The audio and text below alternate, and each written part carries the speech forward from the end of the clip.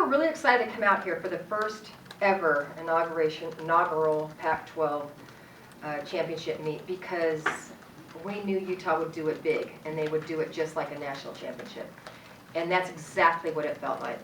I had people emailing me during the course of the week just saying this is going to be the biggest meet of the season, next to the national championships, the Super Six. And it certainly turned out that way. It was an exciting competition. It was hard. You know, I always want to keep myself in my Bruin bubble, and it was really hard to do that.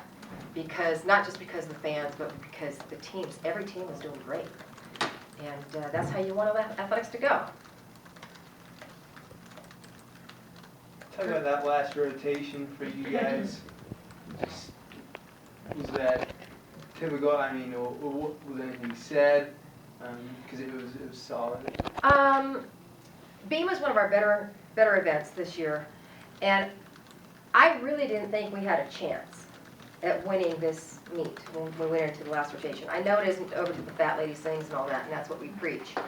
But it was important for me that our athletes went out and competed well, because this is all a dress rehearsal for the national championship scene.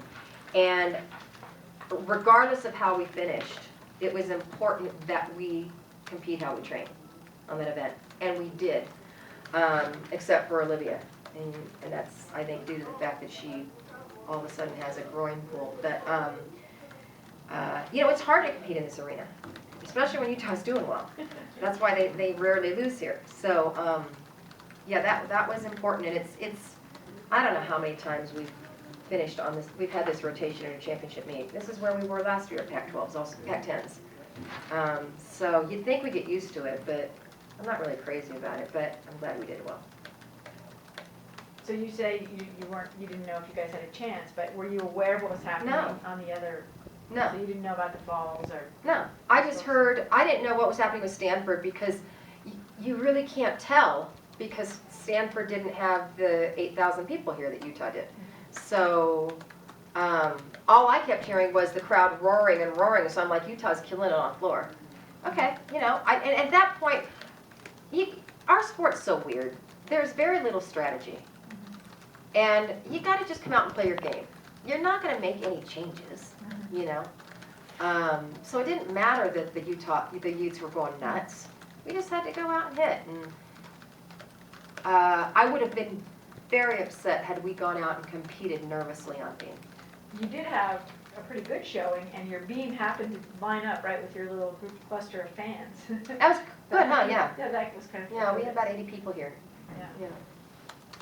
Is this the hardest fought out of all your championships, league championships won? Yes. That's a great question.